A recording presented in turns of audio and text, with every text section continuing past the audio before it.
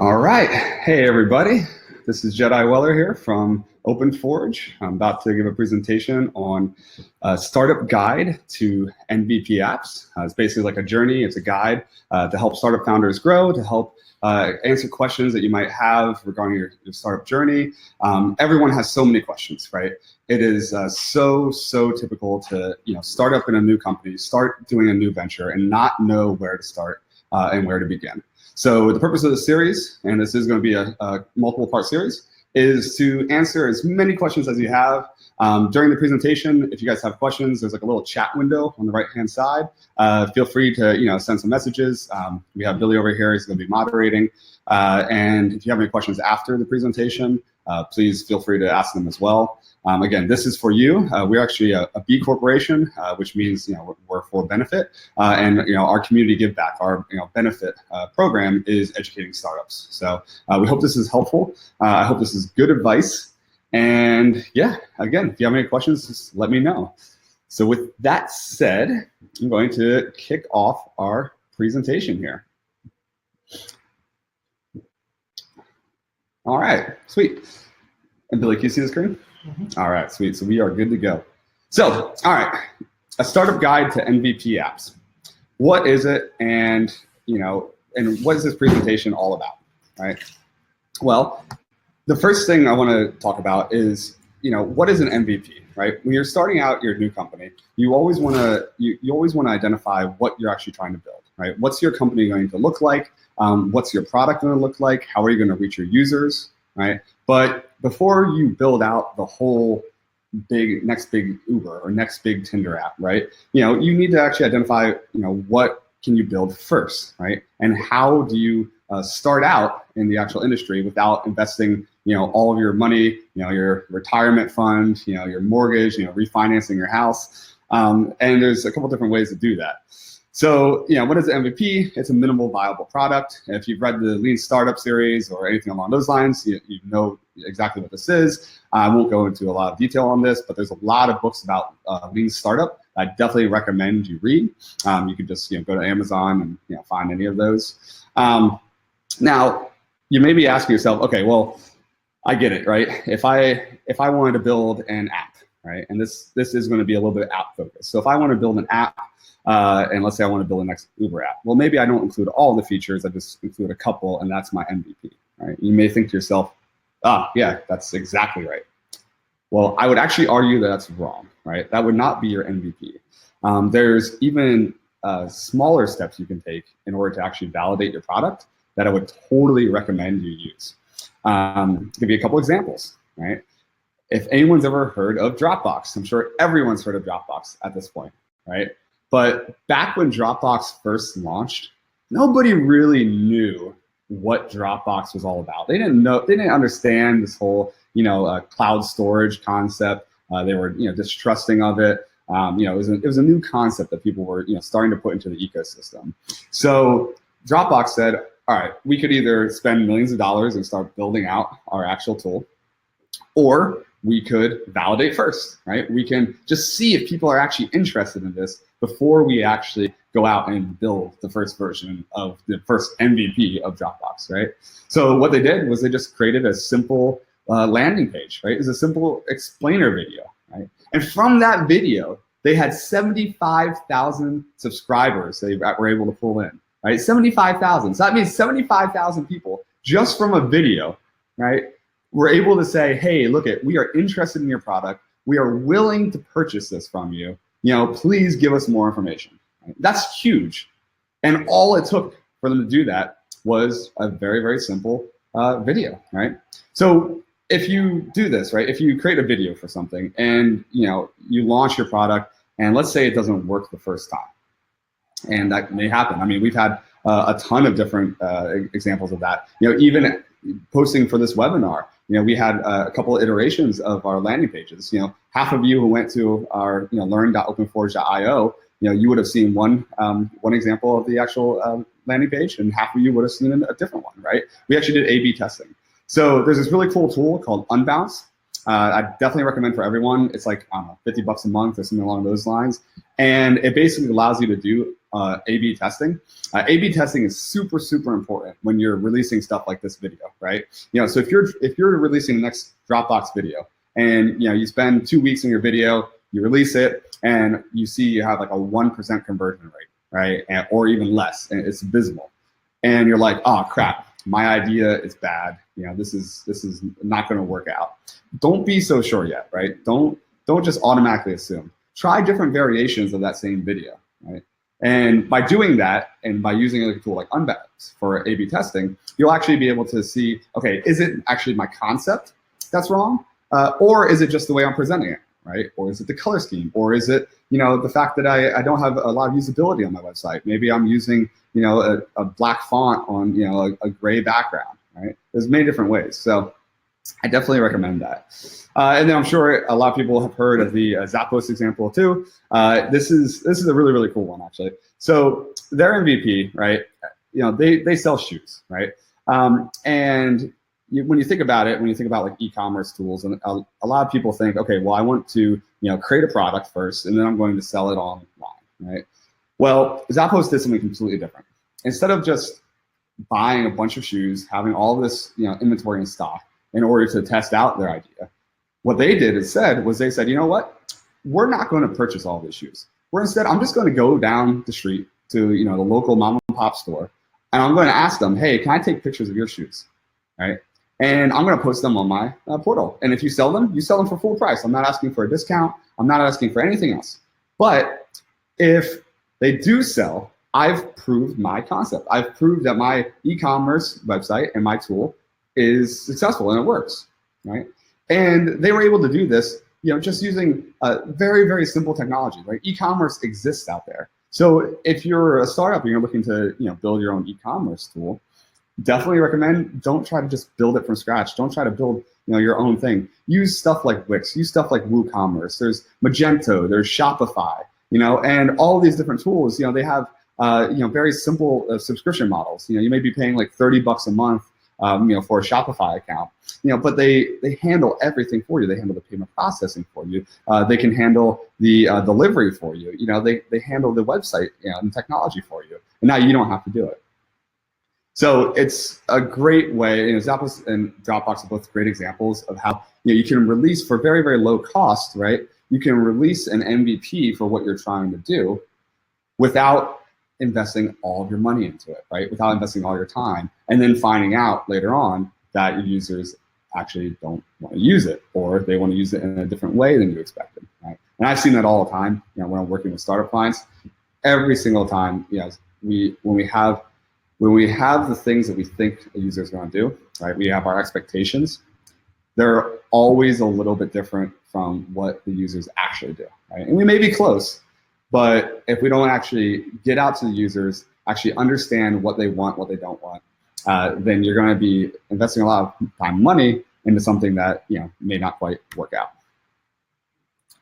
So that's validating, right? So again, it's super, super important to validate your idea, to see if users are interested in it. But who are you going to market to?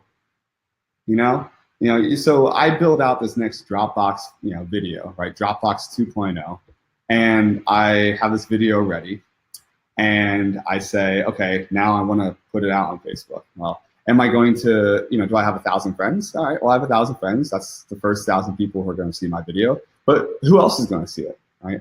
Of those 1,000 friends, who's actually going to be interested in it? I'll have my core friends who will share anything I do, but are they actually interested in the product? Probably not. But if I were to build to start, reaching out to people on Instagram, on Facebook, on Twitter, anyone who's interested in my product, right? Who I see they're posting, complaints about, cloud storage, or they're posting complaints about, purchasing shoes online. I can reach out to them, I can engage with them, and I can talk to them, and I can say, hey, what are your problems? Oh my God, you have that problem? I have that problem too. Let's talk, let's communicate, let's brainstorm together how we're going to, fix this problem. When you do that, you build up a community. And now you're building up a community of not only people who are going to give you honest feedback who actually care about your product, but also your first users, right? You know, every single client that we've ever had, the ones who have community already established are always the ones who I'd say like 80% of the time succeed, right? With whatever tech product they're building, because they have that community first, you know? So they have people to actually talk to, they have people who are interested, and they focus on building the community before they focus on building the company. You know, even as a company for my own company, WebJunto, when me and my co-founder Liz started it, you know, we actually focused on the community first. So we focused on the Philadelphia Junto meetup, which was a meetup revolving around just sharing knowledge and information, you know, between different disciplines in the Philadelphia community, right? And from there, we were able to learn a lot about different people and their concerns with startups, right? You know, what they want to learn, what they want to know, you know, what problems they face, right? You know, who they want to meet. And that was able to, you know, that knowledge helped us, you know, build out our company as well. You know, because again, we built the community first. Right? So that's super important. And then the third step is planning for your MVP, okay? So what does that mean, right? How can I plan for an MVP? Well, one of the best ways that I've found to actually plan for your MVP and to plan for your business as well is to do a lean canvas. Lean canvas is a faster, more effective way to communicate your business model. It's supposed to be one page. We have one here, and I'm actually going to go through an example with you. This one page right here is so important because it's going to go over the problem. It's going to go over, you know, the users who you're supposed to be talking to, and hopefully the community they're building up. It's going to talk about your revenue streams, you know, and it's going to force you as the founder to shrink down this giant idea that you have, right? And I'm sure you have 1,000 like sub ideas as part of that big idea. It's going to shrink it down onto one page. So I've given this presentation a lot of times before, and I normally do it in person. And this is actually one of my first times doing it as an online webinar. So it's really, really cool because I get to you know, test out this new medium. But whenever I do this in person, and students afterwards will come to me and say, "Hey, Jedi, you know, I really enjoyed the talk. You know, I completed this, you know, this in Canvas, or you know, I did this ahead of time because I knew you were coming in. You know, would you please look at it for me?" They'll send me the lean canvas, and they'll send me like a couple pages afterwards, right, of more description. You know, paragraphs and paragraphs, you know, of text. Well, that's not the purpose of the lean canvas, right? The purpose of this is to shrink your whole idea into one digestible format. So, all right, I'm gonna give you an example. We're gonna run through this very, very quickly. We are gonna use, really, what did we decide to use? What, Tinder? All right, so we're gonna use Tinder. So everyone knows Tinder, right? I'm sure, you know, no one like me, you know, of course I never used it before, but everyone knows it, right? So it's a dating app, right? And when we start the lean canvas here, we don't wanna start out by saying what we're building, right? So let's pretend for a second that we are the founders of Tinder, right? So we are building this app that allows you to swipe and, you know, like people, communicate with them, you know, X, Y, Z. That's not the problem, right? The problem we're trying to solve is that people find difficulty connecting with each other, right? You know, it's difficult when when you have your own group of friends to actually communicate with each other and find new people, right? So that would be the problem, right? Oh, and I see Yvonne just asked a question about the tool I use for A/B testing. That is Unbounce, Yvonne. So it's unbounce.com. It's this one right here. And yeah, we can make this totally dynamic. I'm absolutely cool with that. So this is it right here, unbounce.com. But yeah, good question. All right, cool. So the problem that Tinder is trying to solve, right, is that it's difficult to find, you know, single people outside your network. Okay? And then it's, you could also say it's too clumsy or, you know, or difficult to use online, existing online tools at the time, right? You know, I think the online tools at the time were probably eHarmony and some other ones, right? So, you know, online tools are a little bit ineffective, right? We could go on and on with different problems, right? We could say that there's a problem where, you know, profiles are not accurate enough, where I don't know what kind of picture I should use, right? I don't know if you guys know, but Tinder actually now uses like AI and machine learning to actually determine which type of picture, like which of your 5 pictures that you have is going to be the most effective for you. And all it does is just see which one has the best results, right? That's pretty cool. And that is a problem that Tinder, that we are solving right now, right? But it's not the problem for the MVP, so we're not going to mention it right now. Right? So that's good, right? We have a number 1 core problem to solve, right? It's difficult to find single people outside your network. Perfect. We don't need to go on and on. Now you can fill this in a little bit further if you want on your own time, but we don't need to. So we want to talk about alternatives. You know, alternatives are important to identify, not only because you want to know who your competition is, but also because when you're building or designing a product, right, you want to know what you like and what you don't like about other products on the market, right? So, you know, I guess there's eHarmony, right? What else is there? There's, actually, I think there's Bumble, right? A couple others out there. Yeah, and all the different alternatives. You know, we don't have to go into all of them. Although, if you want to share which ones you use, feel free. All right, so customer segments. All right, who is your customer?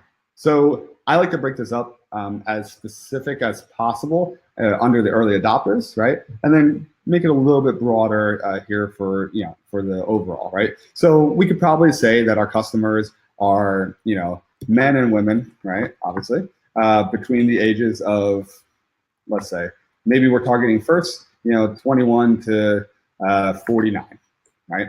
Now, does that mean that an 19-year-old guy is not going to use Tinder? No, it doesn't mean that at all, right? Does that mean a 55-year-old woman is not going to use Tinder? No, it does not mean that at all. But whenever you're marketing to a new customer, to a new client, you're going to be putting out effort and emphasis in your marketing materials, right? You're going to be spending money on them for Facebook ads, Twitter ads, etc. You're going to be designing your products to match what they like, right? So men, for instance, right? A lot of men are colorblind, right? And then it gets worse and worse as we age. So if you're targeting me as a 21-year-old individual, right, versus me as a 59-year-old individual, it's going to be different. You're going to design the page differently. You're going to have different resources. You're going to probably approach me differently. Maybe the different events that I go to. So that's why it's important to kind of shrink in your customer segment as much as possible. And you can put in more stuff here, right? Like, let's say there was a Tinder for business, right? And I don't think there is, but let's say there was, right? Well, then you would want to say, okay, well, who's your businesses, right? Your businesses are going to be, like networking events, right? Who specialize in Tinder, right? There's like a matchmaking websites, right? Maybe you have matchmakers, right? Those could be the B2B clients that you have for like a Tinder for business. Okay, I think we got that. Now, early adopters. This one is super important, and I don't even know. I forget if this one is actually part of like the official Lean Canvas. Is maybe one that we added. Early adopters. I like to get super specific on who are you actually going to reach first, right? So this is not like, I'm going to reach out to college men and college women, right? That's even too broad for me, right? I like to encourage people to say, I'm going to reach out to my specific network. Here is my network, right? So let's say I'm in a fraternity, right? I would put my fraternity, right? My fraternity is the first one, right? So, I can be an SAE, right? And then I can also reach out to, fraternity and sorority life, right? If this is my early adopters. I can reach out to my email list, right? I can reach out to my Facebook friends, and count up these people, right? How many people is in this early adopter network, right? If you built a community, right? I'm going to put this in bold, then how many people are in this community built? Did you build an Instagram community? If so, how many people, right? One of our clients, Fit Girls, did an amazing job of getting to #1 on the App Store. And one of the reasons they were able to do that is because they had this huge community of Instagram followers, this wonderful, society of people who are very supportive of each other that they had built first, and then they wanted to build an application. And that's one of the reasons why it got to #1 on the App Store, right? Because they had this huge community, and as soon as they launched, they were able to say, hey, everyone, check out what we have, right? And then everyone checked it out, everyone shared it, and it just started trending. So who's your early adopters? All right. So that's number 2, right, for customer segments. Now, number 3, unique value proposition, right? So what makes you unique, right? Is it that Tinder is the first mobile app, right? Perhaps. And I forget if Tinder was the first one to come out, but again, let's pretend that Tinder doesn't exist yet. We're early in the online, mobile dating aspect. We could be first to market, right? We could be the first mobile app. We could have a lot of trendsetters. That could be something that makes us unique, right? So maybe our clients are, or not our clients, I'm sorry, maybe our founders, right, are big in the dating industry, right? It could be our outreach, it could be our features, right? It can be basically anything that sets you apart from your alternatives, right? This is mobile first as opposed to web first. It could be any of these things. And then the high-level concept. This is also very, very important. And you notice that some of these things are like capitalized and yellow here. It's because of the importance of them. So the high-level concept is the one sentence. It's kind of almost like your elevator pitch, right? It's the blank for blank, right? So we have it set this way on purpose because we want you to be able to define it in a way that's going to associate with what people already want or already know. So if I tell you it's the lull for dating, you're going to be like, what's the lull, right? Lull is a made-up word. I just made it up on the spot, right? Well, you have no idea what that means. So if lull or Tinder is the name of your app, right, and you don't know what that actually means, then you don't really know how it's going to affect dating, right? But if I was to associate it with something I already know, right? So if I was to say that it's the dating app, or it's the mobile app for eHarmony, right? Even though I'm using the competitor in my actual description, right? You know what eHarmony is. And now I just said it's the mobile app, right? So now, very easily, I can associate with a new user, right? Or with an investor or with whoever, what the application actually is, right? And what does it do? In literally just one sentence. All right, cool. So now we get into the solution, right? So now I like to suggest that you put into here just your high-level features, right? So this is your feature list, right? And don't get super, super specific and say like, a user can swipe left versus swipe right, just, high level, right? So swipe capability, user accounts, right? Mobile, right? Geolocation, push notifications, right?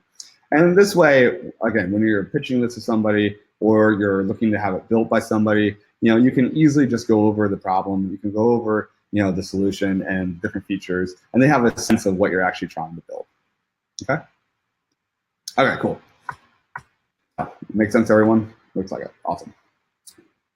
All right, and then channels. Channels is pretty simple, right? I like to define this as just, where are you going to actually advertise for it, right? So, is, Tinder hooked up to Facebook? If so, all right, well then Facebook could be one of your channel, right? Maybe you're advertising also on Twitter, maybe you're advertising on Instagram, right? Probably for this particular market, Facebook and Instagram would probably be better.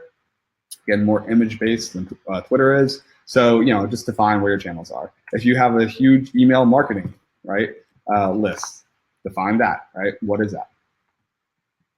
And then that kind of ties into your revenue streams as well. So as a startup founder, there's different thoughts on this, on how important revenue and your revenue stream is when you first start. So some people say, okay, well, you need to start the business having revenue. Other people say, well, just get 1,000 million users and then have a lot of investment. It's up to you how you want to prioritize the revenue streams, but at least define the end goal here. So Tinder Plus is one of the ways that they have their model. So if you don't know, this is called a freemium model, right? So the application is free, but to upgrade or to get extra features out of it, then you would pay money for it. Freemium models work very, very, very well, right? As a rule, from a user experience standpoint, you want to decrease the number of reasons for your users not to use your app or not to use your product, right? So when you're doing that, think about what's going to stop them. If I download an app, like a brand new app on my phone, and I say to myself, okay, cool. Like, I don't know what this app is. Maybe it's going to be cool, maybe it's not. And all of a sudden I have to pay $9.99 in order to even try it, right? I'm probably going to delete it, right? And most people will, right? But if I can download it, I can try it for free, and then there's a way I can unlock more content after I like it, well, I'm a lot more likely to actually do that. I think it's over 90% of revenue from mobile apps. I think over 90% of the revenue is actually from freemium models, right? It's from upgrades, right? In-app purchases, and all those things. Does channels relate to early adopters? Okay, cool. So we have a question here. So yes, I would say yes. Your channels does relate to your early adopters. So you have your early adopters is like the people are going to start using or at least try out your application in the beginning, right? And they may be through a specific channel. Give you an example, right? If you built up a community through Facebook, maybe you have a Facebook group of single people, using our Tinder example, in Philadelphia region. Then your early adopters are going to be that Facebook group, and then also you're going to do a lot of your marketing through Facebook. So if you ever use Facebook ads or done ad campaigns, you can post something from your company or from your company page, and then that post, you put money behind it, and it starts to increase the number of likes and comments and interactions to the actual post. Well, if you combine these two, you can have your community, your Facebook community, be the first people to just organically like and share this content, and then afterwards you can boost that post. So now you're going to get a lot better bang for your buck from the exact same approach, if that makes sense. Cool. Did that help? Awesome. Okay, cool. So that's revenue streams, right? And there's fill in as many as you want, right? Also think about advertising space, right? Now advertising space, unless you have a lot of users, is not typically, in my experience at least, doesn't really pay off as much as having an upsell, as having an extra value that you provide to your users, right? So definitely recommend, try to go on a freemium model, or try to offer some more value to your users, as opposed to just relying on advertising, right? Give you a perfect example. I launched this website called Pokespawn, and now I did this over vacation, so please do not judge the actual design, because I am not a designer, right? But I was on vacation. My father had to go to the hospital for something, so I was in the hospital, and I was like, all right, well, I'm not on vacation anymore. I'm just waiting for him, so let me just build something. And Pokemon Go had just come out at the time, right? So I launched this little thing. It's just a website that just pulls from Twitter every time a person says something about Pokemon, and it just puts it on maps. So now people who play Pokemon Go can actually find it, right? Well, I was actually able to get 80,000 users in the first couple days on this application, right? Just from building it, just from launching it, and then I put out a Reddit post, a Facebook post, and something else, right? And so I had $100 cost total, and 80,000 users, right?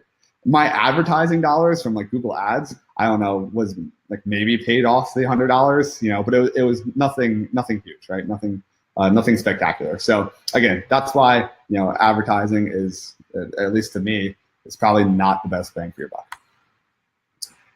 All right. And let's see. All right, cost structure. So this one's really important, and this is one a lot of people have a lot of questions about, because especially if you're building a technology product, right? You hear all these horror stories, right? About outsourcing. You hear all these crazy things about my hosting costs, skyrocketed through the roof. These things are preventable, right? If you think through the cost structure of what you're going to provide, and think also about where you're going to put your effort and where you're going to put your money into, right? Are you going to put more money into some custom development for a particular feature, or are you going to put more money into the actual marketing, right? So let's talk about this really briefly. And because I don't know the specifics of the application you're trying to build, I don't know exactly what to advise for you. So we'll just do this for Twitter or for Tinder itself. So for hosting, right? You can always host your server, like your app yourself. And some people, some developers always prefer to have something like custom hosted. But as a startup founder, I totally advise you not to do that, right? You do not want something custom hosted. Like if I'm a developer and I tell you I'm going to host it and it's going to be better than Google's cloud hosting or Amazon Web Services, I am full of shit, like honestly, right? It is these big companies, they have amazing hosting configurations. They have all the different things you could possibly need. And they also, most importantly for you as a startup founder, they have straightforward pricing, right? So you could go to AWS, right? And let's see here. Make sure I don't log in. Right, so Amazon Web Services. I'm not gonna click on this because I don't want to accidentally log in. Right, so AWS.Amazon.com, they have a free tier. So that means that they have free hosting. A lot of these companies, AWS, Microsoft, all the big names like Linode's a good one too. They have free hosting for startups. I think Linode is offering a cool program for startups, like up to a year right now. So definitely recommend checking them out. And that hosting cost is going to be more predictable. Also, you have tools like Heroku, right? And I think I actually have Heroku up right here. Yeah, Heroku, it basically takes AWS, and AWS can be, it can be pretty confusing to configure, to be honest, right? Especially if you have like a developer who you're partnering with who hasn't gone through this process before, right? Or even an experienced developer, right? There's just so many options that you can do in AWS. You have to manage a lot of stuff yourself, right? So you as a founder are now going to pay for that management. You've got to pay a developer like me to go in and set everything up. Well, Heroku, on the other hand, allows me to just basically run one line of code and just deploy your hosting environment, deploy your database, right? Now, it's a little bit more expensive, right? But they have these standard plans, right? So it's going to be more standardized for you, right? So that means that instead of your hosting costs going up and down, from $25 to $500 a month, right? You can select which hosting tier you want, and then you can kind of limit yourself to that, right? So you can say, okay, I'm only going to do $25 a month, right? I'm only going to do $500 a month, right? And the difference is just in the speed and some of the different features they give you. So you guys will have to decide based upon your application, how many users you have, what tier. But definitely recommend checking out like something like Heroku, especially as you're getting started. And you can always switch over later, right? So if you scale massively to the size of Uber, the size of Tinder, and now it makes sense for you to have your own hosted environment and your own team supporting it, you can always scale off of this, right? But when you're a startup founder for starting, having something like this is really going to allow you to predict your monthly costs, which is going to be huge. And this applies for all the different features. Like say you're using voice over IP, right? Or say you have the ability to chat from one user to the next in your application. There's tools like Twilio here, right? Twilio again provides that same functionality. It provides chat, it provides think and you could build it all yourself, right? Or you could just pay Twilio's price, whatever Twilio's price is, and then I think it's like $50 a month, or maybe it scales. Yeah, here it starts at 0.0085 cents a minute, right? So now you have again predictable costs, right? Which as a startup founder is super important for you. So overall, right? Recommend use different services like Heroku, like AWS. Twilio, there's alternative to Twilio called Quick Blocks. There's Unbounce, all these different things, right? And for technical support, most importantly, don't reinvent the wheel. Sure, Yvonne. The hosting company, the third hosting company is probably Heroku. So it's this one right here. Yeah. This is the one we use for a lot of our startup clients. Again, it's a little bit more expensive, per hour, right?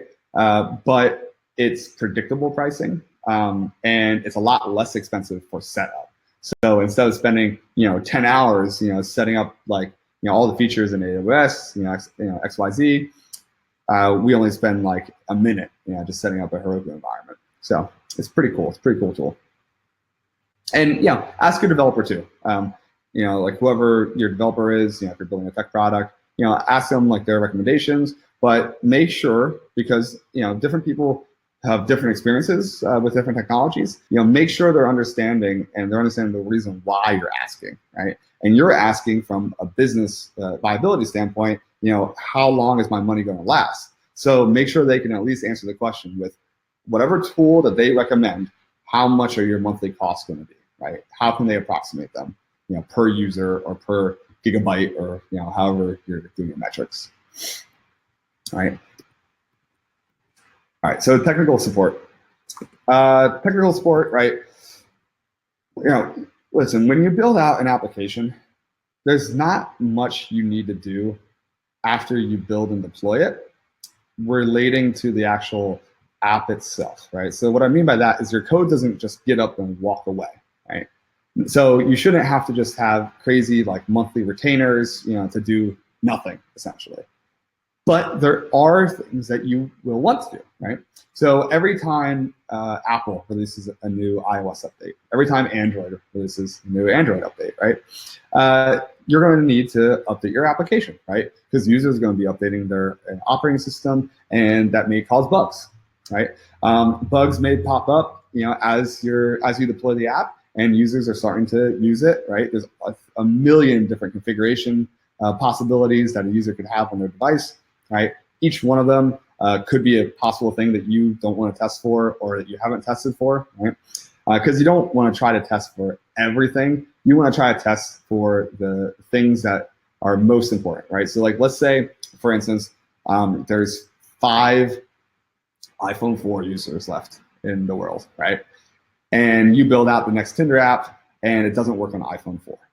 Well, you could test an iPhone 4 and you could support those 4 users, but supporting those 4 users, it could cost you $5,000 or more, right? Depending on what the bug is, to just support those 4 users. Does that actually make sense, right? Probably not. You probably want to support the 99% of the population who's using an iPhone, 5 or 6, plus, right?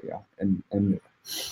So keep that in mind, right? So, again, your code doesn't just get up and walk away. But at the same time, there are things you'll need to do, as the environment in which your code is deployed changes, right? And as APIs change, API is, if you guys don't know, is like Twilio, QuickBlocks, like these different software as a service providers. They have APIs in order to interface with it, and so that's basically how your developer, hooks up your code to their code, right? And then, iterate, right? This whole part about research, design, and development, right? Just don't, if you have $100,000 to spend, don't spend $100,000 on your first version of your app, right? Try to spend 40, 50,000, right? Get the most core features out there and then iterate, get feedback from your users. There's really cool, I think it's called Instabug. Let's see, this the one? Yeah, there's a really cool tool called Instabug. I forgot to put it in the slides deck, actually. This allows you to actually, instead of building this like custom feedback tool, it actually allows you to just plug this into your app, right? And then your users can just engage with it. And if they have a crash or they have feedback, like if it's a beta user, they can just shake the app, circle the part that looks weird, and then submit it to you. And now you have this whole dashboard for getting user feedback, right? It's really, really, really cool. And again, they have custom pricing as well.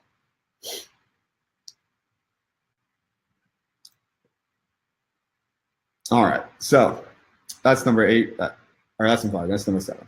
And then key metrics. So this is also important. You guys will define these yourselves. But this is, how do you measure success, right? What are you measuring? Your designers and your developers and your whole team need to know this, right? Is the number of users most important, right?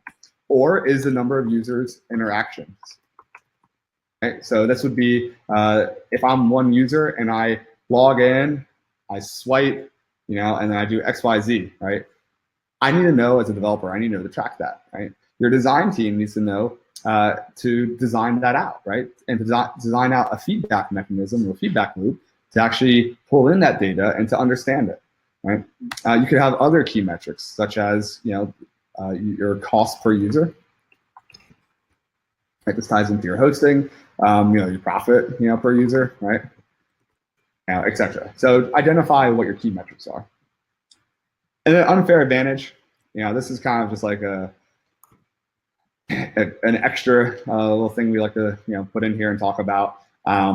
Your unfair advantage is really just what's your unique thing that if somebody else has the exact same Tinder app, what's going to make you succeed versus somebody else, right? And it could be your community, it could be your money, right? If you have a lot of investment money, right? It could be any number of things. It could be your network, right? Now, I do want to make one note about money. Just because you get a lot of investment or just because you have a lot of money does not mean your application or your startup is going to work. Actually, a lot of times it means it won't, because often you don't spend the money quite as wisely. But that's up for grabs. That's an opinion. That's not a fact. So, okay, I hope this was helpful.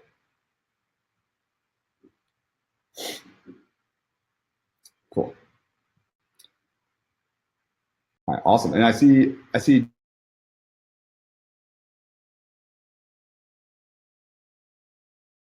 recommend reading Measure What Matters on Audible by John Doerr. I hope I'm reading that right. So yes, awesome. Thanks, Jess. So is there a way, Billy, that we can maybe put that on there so people can check out that link as well? That'd be awesome. All right, cool. So moving on, talk just a little bit about knowing your audience. And I'm going to give an example here, like a real life example. Knowing your audience, it seems sometimes like a silly exercise, right, to do a user persona. If anyone has not heard of a user persona before, it's basically just a way of identifying and living in the shoes of your users, of who you think your users are going to be, right? So a fictional generalized representation of your ideal customer, right? So you can fill out stuff like their name, right? What's your customer's name going to be? Like, what do you think a couple names would be? What is their age, right? And for each person, identify like their habits, right? When they wake up in the morning, where are they going? Are they going to work? What kind of job, right? What's their salary level, right?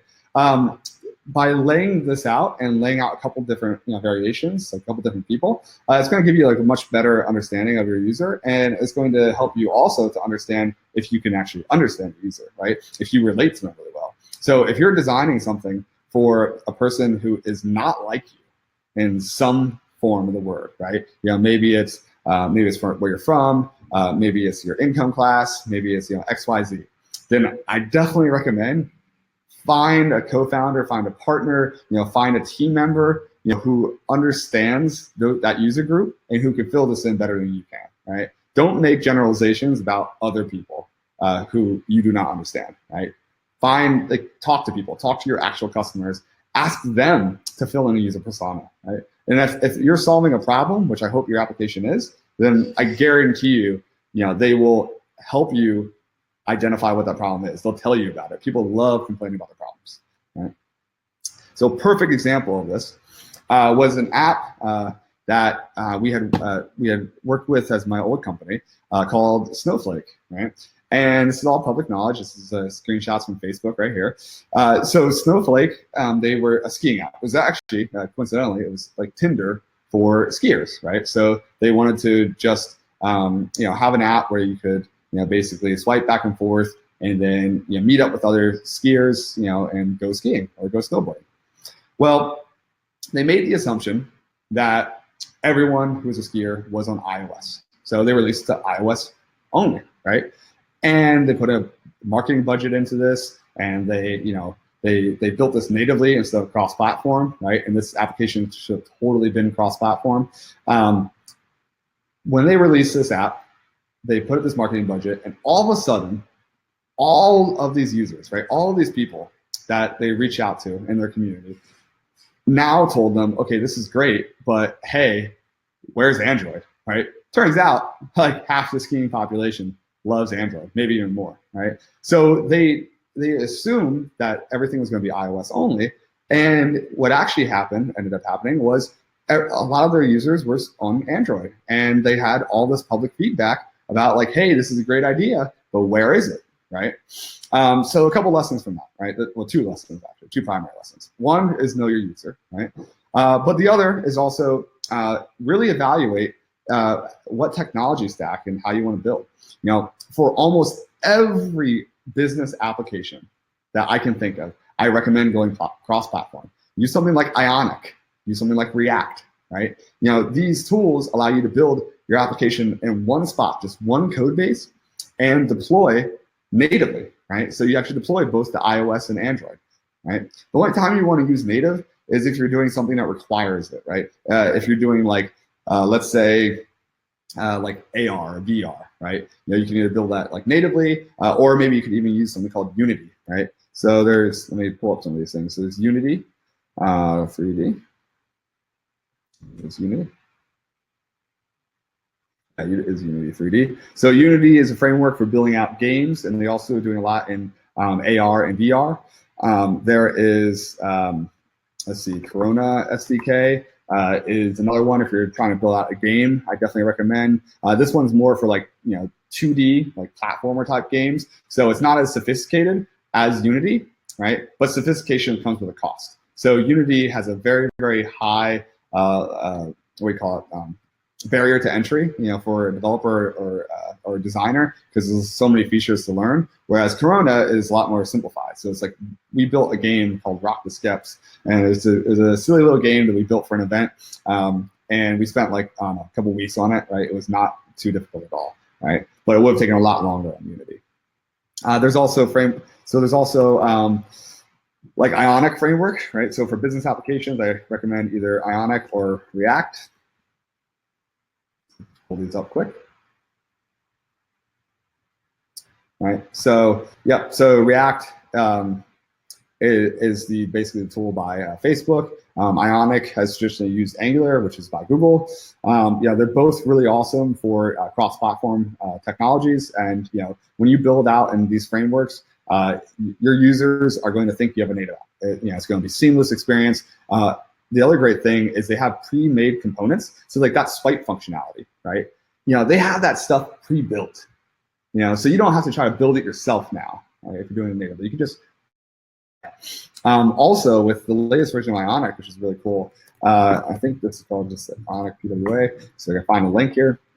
So there's a new thing out here called progressive web apps, right? Super, super important technology.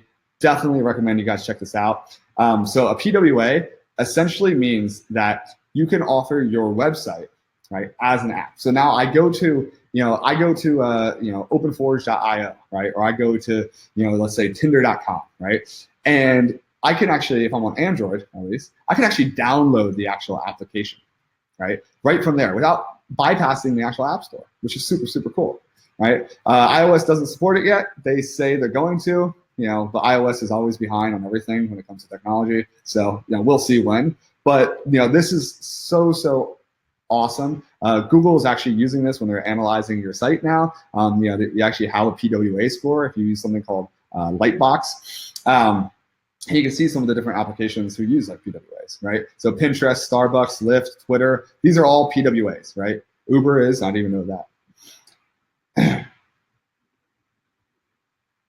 Oh, cool. Yep. All right, so I need to refresh my page here. All right. Can you guys see it? Let's give it a second. I'm being told that there's a little bit of lag. So I will try.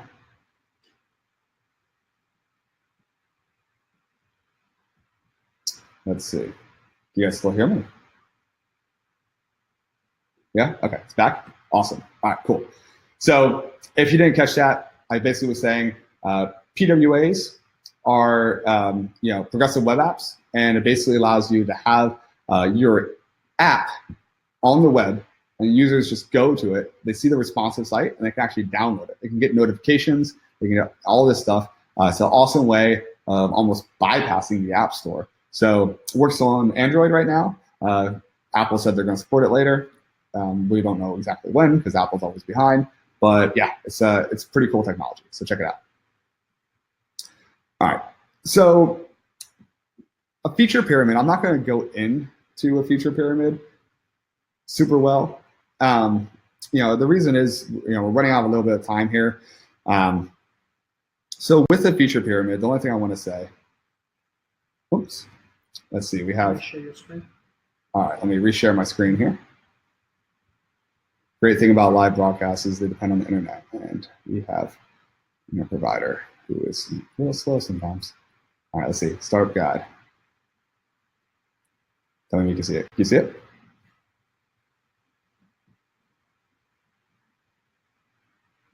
It is coming. All right, sweet. There we go. All right, so feature pyramid. I'm just going to talk about this very briefly. This is an exercise I recommend everyone does, right? When you're building or designing your application, or actually before you build it, when you design it, take 100 sticky notes and draw a pyramid on a whiteboard. Right? On every sticky note, write out one feature, just one. Put those on the whiteboard and break up your pyramid into 3 sections. Right? You have the top part is 20%. You can see that over here, right? You have the middle part is 30%, and the bottom part is going to be 50% of the overall size of the pyramid. And take those sticky notes and make 20% of them, so 20% of your features fit into that top part of the triangle. Make 30% fit into the middle, which is your version 1.1, right? And then 50% fit into the bottom. This is going to force you to prioritize the features that matter the most to you and to your business, right? And it's going to be frustrating because you're going to be like, oh my God, all of this is so important, but try to keep to that 20, 30, 50 rule. It will definitely help you, and it's going to, every single time you have a new iteration of your app that you want to design out, go through this exercise again and learn from it, because you will start to find when you actually force yourself to go through this exercise that certain features are not super, super critical. They're not as critical as they were last night when you thought of them, right? So we're running out of a little time, so I'm actually going to wrap up here. And I'm going to give a minute or two for questions. If anyone has any questions, please feel free to ask them right now, and I'll try to get to them. While you guys are asking any questions, these are some useful tools. I'll stay on this page for a second in case the presentation is lagging, so you guys can actually see some of these. So again, Ionic is awesome framework, for building out applications. AWS, Heroku, Unbounce, Shopify, they're all good. Marvel and Proto.io, I recommend Marvel. Marvel is awesome for prototyping without actually building anything. So you can either have your designer work through Marvel, or you can actually just hand draw, your actual application, put it on the Marvel, and then put it on your phone and present it to investors, present it to friends and family, right? It's so much more impactful to show someone something like on the actual device, right? To actually show them what you're trying to build than it is to just describe it. Right? So I definitely recommend using Marvel. And actually our next session, we're going to be diving in on the design side. And one of our designers, Rachel, is going to be joining us, and she's going to be showing us. And we're going to show you how to use a combination of Sketch, Abstract, and Marvel to do rapid prototyping. That's super effective, right? And we'll go over some best practices as well. So definitely recommend that. Real quick, IP policies. So, I'm not a lawyer, so this is not legal advice, but just general advice for you is make sure that you own all of your IP that you care about, right?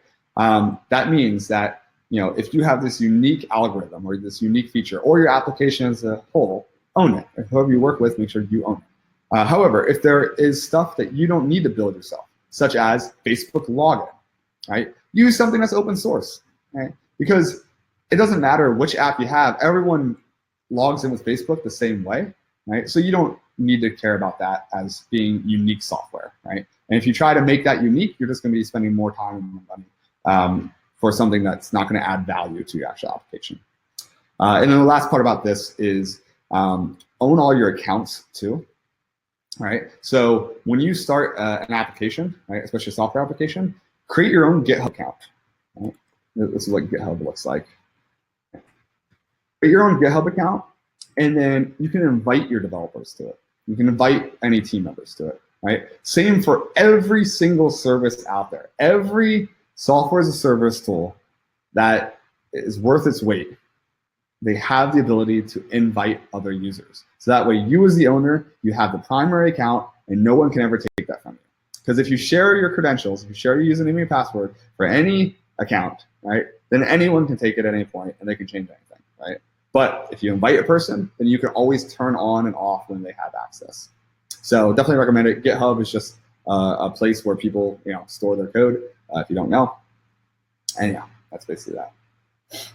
All right, so Elizabeth asked, when's the webinar with Rachel? The webinar is going to be after the July 4th holiday. So I believe that's going to be the 11th of July, but it's actually going to come up on the recap email. So everyone's going to receive a recap email after this webinar is over, and from there, it's going to have the links to the next couple of webinars, so you guys will be able to register for. All right, perfect. So 11:57, that is perfect timing. All right, so thank you, everyone. This has been amazing. I hope it was helpful. If you have any other questions, just feel free to hit me up on Twitter. I can answer them. Also, we'll have time for more questions again during the next webinar series.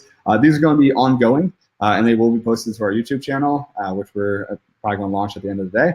So if you guys want to follow along, please feel free. Please share it. And if there's any questions or topics that you guys have that you want to suggest we talk about, definitely happy to suggest those topics later and to go over those topics. So with that said, thank you very much, everyone. I'm going to turn off my my screen there. There we go. And let's see here. There we go. Maximize. Yeah, thank you very much. And I hope this was helpful. And we will see you soon. Bye, guys.